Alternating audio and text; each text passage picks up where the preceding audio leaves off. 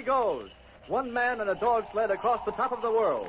A true story of the adventures of Erwin of the Arctic.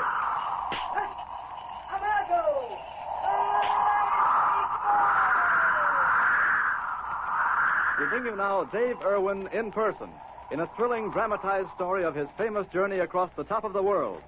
A boy of 22, mushing on foot from the Canning River in Alaska to Hudson Bay, 3,600 miles across the frozen wastes north of the magnetic pole, alone in a land of endless snow and pitiless cold, the longest, most daring polar journey ever undertaken by a white man.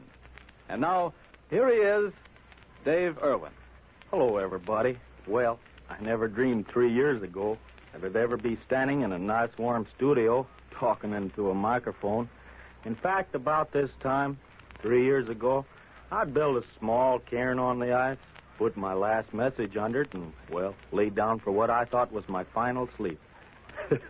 Well, you never know, do you? It really started when I left my home in the Ozark Mountains in Missouri, at the age of 15, to see something of the world. About 3 years later, I landed in Alaska, went to work fur trapping. And in the spring of 1931, I arrived in Nome with $500 in my jeans and a big idea in my head. One evening, I was sitting at a table in the dining room of the Golden Gate Hotel in Nome, and Siwash Joe, an old Yukon trapper, slouched over and sat down beside me. Hello, Tom. Hello, Eddie. Hi, boys. Oh, hello, Dave. Hello, Joe. I hear you're leaving your traps and getting out. What for? Well, I heard some Indians and Huskies talking about a white fox hunt, up north of the Endicott Range. Up north of Endicott? Say, just how do you figure getting up there? Well, I got about $500 in my belt, and that'll buy me a pretty good outfit. I understand the Coast Guard boat Northland, she leaves for Point Barrow in a few days. Oh, so that's it, eh? Do you gents have anything else? Huh? Here, get me a cup of coffee, waiter. Yes, sir. How about you, young fella? No, thanks. That's all I want. And you don't have to hang around here, waiter, sticking your nose in. If we want you, we'll call for you. All right, Pop. Don't get excited. Hey, waiter. Oh, say, Dave, tell me, just how old are you? I'll be 22 next June. Well, I'm old enough to be your pa, and I'm going to talk to you just like I was. All right, now, Joe. First off, if you got $500 in your belt, you want to keep your mouth shut about it, especially if you're going down around the waterfront these spring days. I can take care of myself, Siwash. Well, there's lots of guys putting out for the States that'd just as soon pop you on the head and steal your roll. Some of them gets jobs as waiters here until they can get enough to light out. You don't mean you think this fella that's waiting on us, well, he would You be a never crook? know. You never know. And here's another thing. No Coast Guard boat's going to take a kid like you up to Point Barrow. One reason they go up there is to bring out poor fool white men who thought they could beat the Arctic. I know, Siwash, but that's one reason I want to try it. What? You ain't touched in the head, are you? Well, I don't think so. But I can't explain the whole thing. But you see, when I was a kid back home in Missouri, I was a weakling. No. Yeah, I had pneumonia as a youngster, and it left its mark on me. The boys used to call me Willie. Yeah. I've been trying for 8 years to live that down. That's why I always like to try and do the things they say a fella can't do. Well, I don't know. I think I'd rather be alive in Missouri, even if they did call me Willie, than 6 feet under the ice somewhere off Point Barrow. Well, I'll take the chance. But, gee, it's nearly 8 o'clock. I've got to go down to the dock. They said Captain Scott would be at the Coast Guard office around 8. I'll see you again, though, Siwash, before I leave. expect you will, Dave. And I do hope them Coast Guard fellas put some sense into your head. Well, I hiked down to the waterfront, and it was pretty dark when I got there. But I finally located the Coast Guard office and went inside. Captain Scott was a crusty old sea dog, but he let me sit down and tell my story. And then he turned to me. You want to go up north and catch some white fox. Is that it? Well, I've got another plan in the back of my head, too, sir. Yeah. You're going to catch a few whales, too, maybe. No, sir. I've always been interested, though, in what happened to the old Franklin expedition. What's that? You know, sir, the English explorer, Sir John Franklin, who was lost back in 1847 looking for the Northwest Passage. Well, what about it? Well, I figure they must have left the log of the voyage case somewheres up there. Now, if I could find it, that'd be a great discovery. That's pretty good, that is. Why?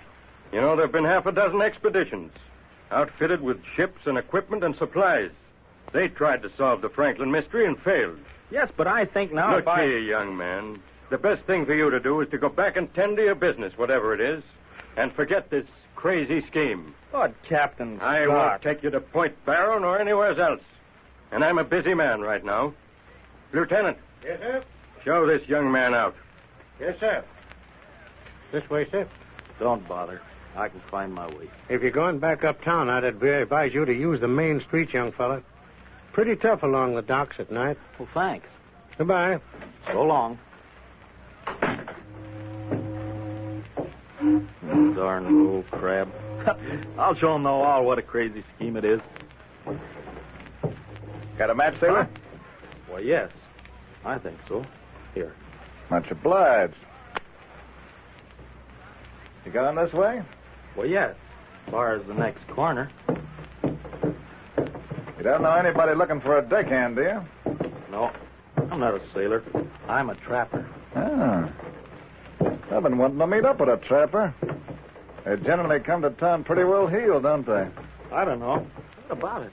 Nothing, only stick 'em up and hand over what you got, buddy, and I ain't fooling. Oh, yeah? I'll kill you, you lug. I'll take your part. Give me that gun. Let me go. Let me go or I'll shove you right in. Take that, you lug. I hope you're drowned. Hey! Give me a hand! What's the matter there? Well, throw me a line! We're alongside the schooner here. I'm coming. Here. Here. Grab this rope. That's it. Now. Up. You come. Give me your hand. Yeah, here. Up. There, boy. Where? What the dickens happened to you? Thanks. Some guy tried to hold me up, and What? I tripped over that string piece there on the wharf. Well, did he get your money? Wait. No, I still got it. Well, that's good. Don't say, you better get those pants off and stretch them. Cotton shrinks, you know. By morning, you'll be wearing knickers. Yeah, I guess it better. It's the only suit I own, too. Well, see, I got a fire in the cabin stove here. You come ahead in. Thanks. My name's Dave Erwin, and I certainly appreciate your help. Well, my name's Ira Rank, and this is my schooner. We're putting to sea tomorrow night. That is, if I can rustle up another deckhand. So, if you don't mind, I got some things to do here. Go right ahead.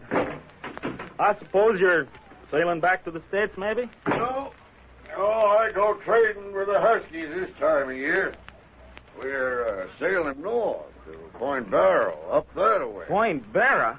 Well, what's Why, the matter? Gee whiz. Why, say, that's where say, here's your deckhand right here, Mr. Rank, and boy, am I playing in luck.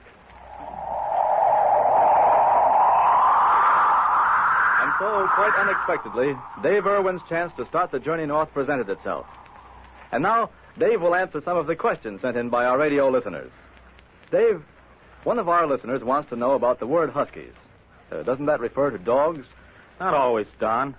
That's what we call the Eskimos up north, Huskies. I know you people down here call the sled dogs Huskies, and they are of the so-called Husky breed. But up north, they're just plain dogs, or the Eskimo word, Kingmik. Well, here's another question right in that connection. Where did the name Eskimo come from?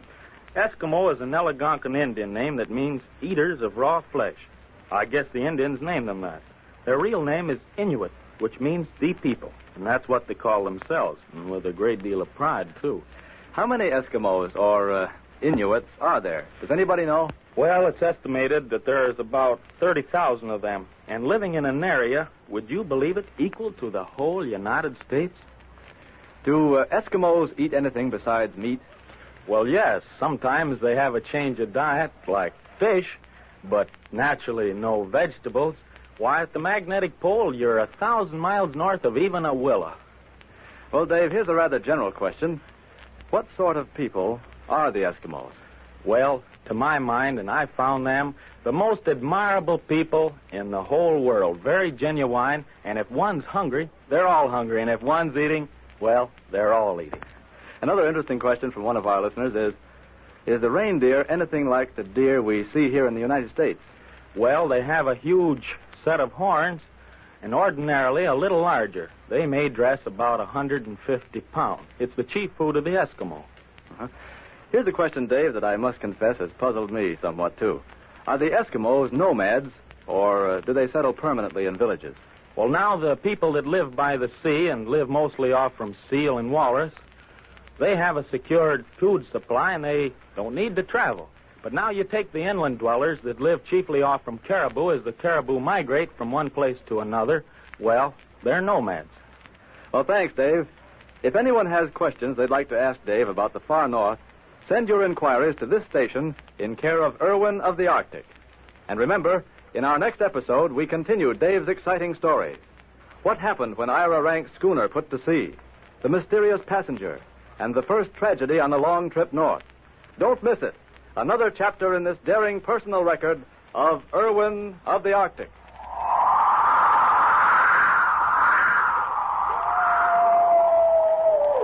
Hey, Amago, Lamacho, I know ya. Oh, Chico!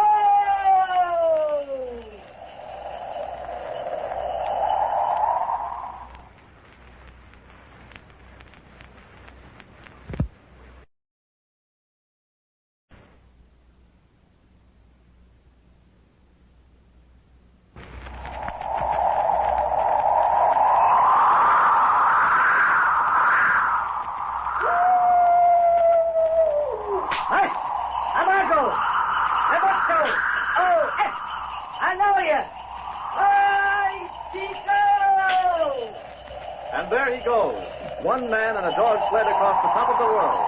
A true story of the adventures of Erwin of the Arctic.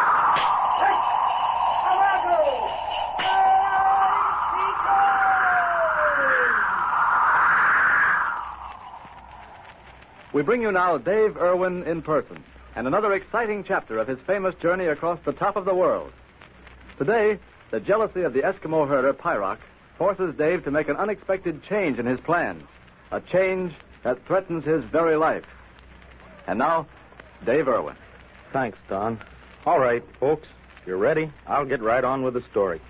Remember I told you how we killed Nanook, the polar bear, and the celebration that followed, and also the trouble that arose between the chief herder, Pyrock, and myself.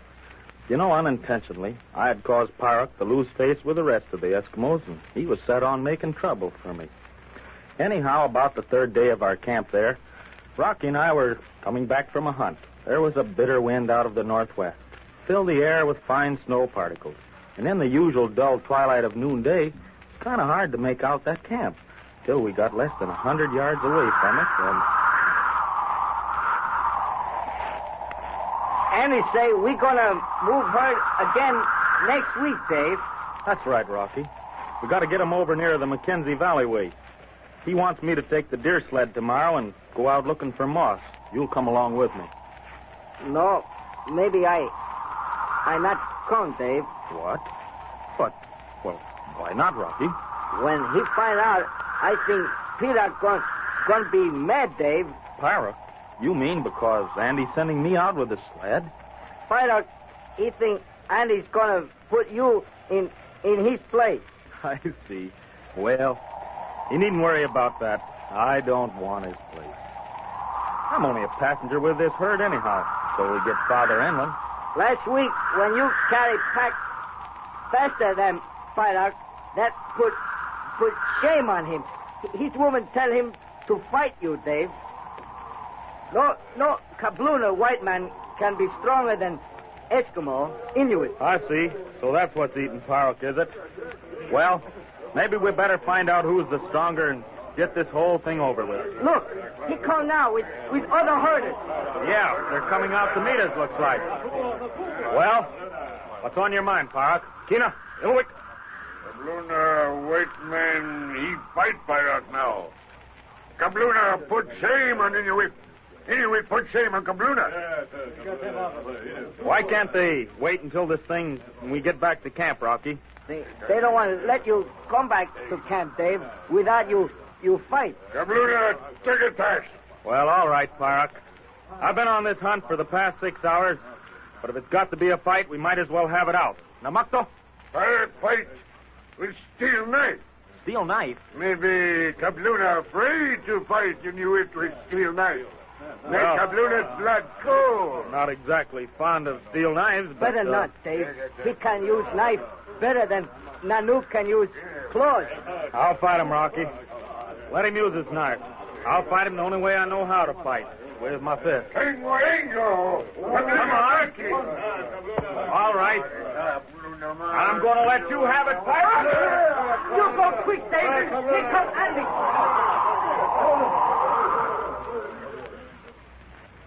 Well, I hit that Eskimo on the jaw with all the strength in me, and he went down and out. But Andy Barr came along just then, and I guess it was a pretty good thing he did. He took me into his hut, and I'll always remember that scene. A seal oil lamp flickering on the snow bench. Outside, the lonely whine of the wind, reminding us that we were 8 humans, alone in that forgotten waste. The mercy of something stronger than our own little fears or hates. And old man Barr just staring at me with sort of a sad look on his wrinkled face. I was hoping I could smooth things over, Dave, but I'm afraid this ends it. Sorry it happened, Andy. The men have been getting contrary lately, neglecting the herd. And today, Pyrock gave me the word. You got to go, Dave. Go?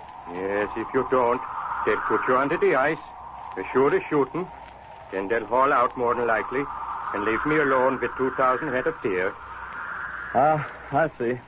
But I had the Zokum, Andy. If I hadn't, he'd put that knife in me. You know. But I got to get those deer through, Dave. There's hundreds of huskies and their families inland that are starving. It's your life again, Dan. Okay, I'll go, Andy. Agacek, Van Muke, Kina o Kabluna, Para. Kabluna, Unak, you tell Pyrock.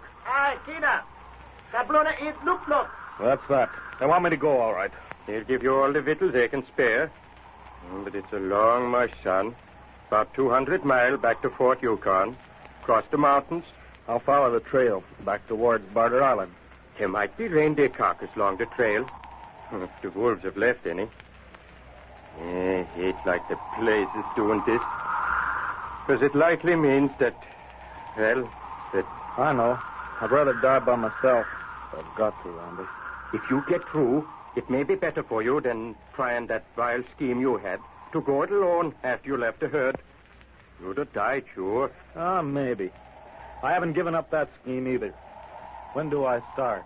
You better get your pack ready now. Aid tell Pyrock you're leaving.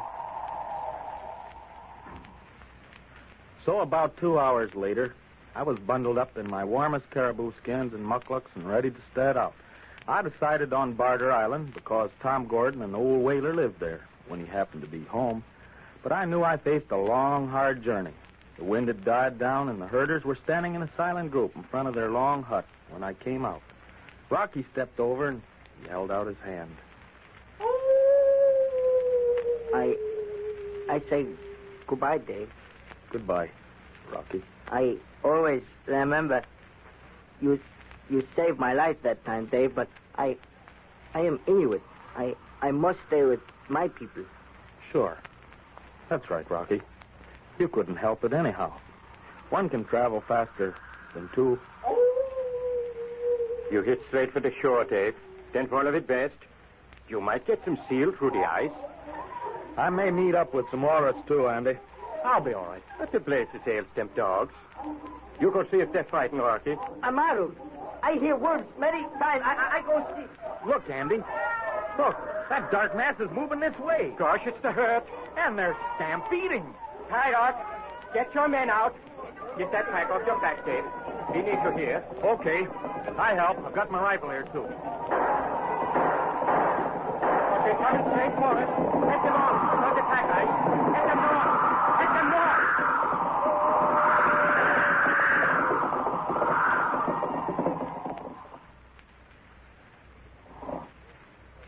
Thus, for the time being at least, Dave's exile from Andy Barr's outfit and his mush back to Barter Island was unexpectedly delayed. And now, Dave, for our questions. Harry Patterson of Henry Street, Chicago, asks, has the Eskimo his own language? Oh, absolutely. We've been trying to give you a taste of it on this program here. It's not a written language, though. It's an almost universal speech among all of them. I spoke the Alaskan Eskimo, but I could make myself understood 2,000 miles to the west on Hudson Bay. It's a little bit different, though, in dialect. Well, that is interesting. Teddy Cox of Camden asks, how does it sound to count in Eskimo? Will you oblige, Dave? Okay, Teddy. Here's 1 to 7. Atawa Kadora, Bingiyu Sidama, Tulima, Quinyak. Is that as far as they go, to 7? An Eskimo seems to figure after you get 7 caribou or 7 seal or maybe 7 wives, you've got plenty. They just don't bother going any farther. Well, that's a good sound philosophy. And now question number 3. Mary Harris of Cincinnati wants to know, are the Eskimo a clean people? Well, they're as clean as they can be. For example, at night they crawl into sleeping bags made of fur. They get in quite naked, without a thing on, like the day they're born. They leave their clothes nearby, and in the morning they take a stick and beat the frost out of the clothes. They have to do this because during the night the perspiration freezes and their clothes become as hard as sheet iron. So, if washing your clothes every morning before you put them on gives you a rating as a clean people, well, the Eskimos are certainly a clean outfit. Under those conditions, they certainly are clean. Now, Lester Wallace of Springfield, Ohio, wants to know, what was the reason for the Canadian reindeer drive? Well, the migration routes of the caribou often change coming down through Canada, and at times the Eskimos waiting for them, when these changes come about, they actually starve because the migration routes have been changed. Well, I'm sure that's a question that a great many people wanted answered. And now we come to the next question. Arthur Laverne of Omaha, Nebraska, asks, where did the Eskimos originally come from? Well, the Eskimos originally came, they figure, from Asia. Now, this is a long time ago, and nobody's really sure, but I think we can be sure that they truly are a Mongolian people. Here's one from William Seymour of Pittsburgh, Pennsylvania. Generally speaking, are the Eskimos a long-lived people? Well, it's a funny thing, but the Eskimo, if you'd ask him how old he is, he'd say, what does it matter? But I've checked up quite close on some of their ages by asking them questions when white men have gone through long ago, and it seems that an old person, well, he's old at maybe 45 or 50 years. Uh-huh. Well, that was very interesting, and thanks a lot, Dave. And I'm afraid that's all the time we have for questions today. If anyone else has questions they'd like to ask, mail your inquiries to this station in care of Erwin of the Arctic. Listen for another exciting chapter of Dave's story. What happened after the reindeer stampeded? Did Dave finally set out for Barter Island? The next chapter is full of surprises. Don't miss it. Another episode in the daring personal record of Erwin of the Arctic.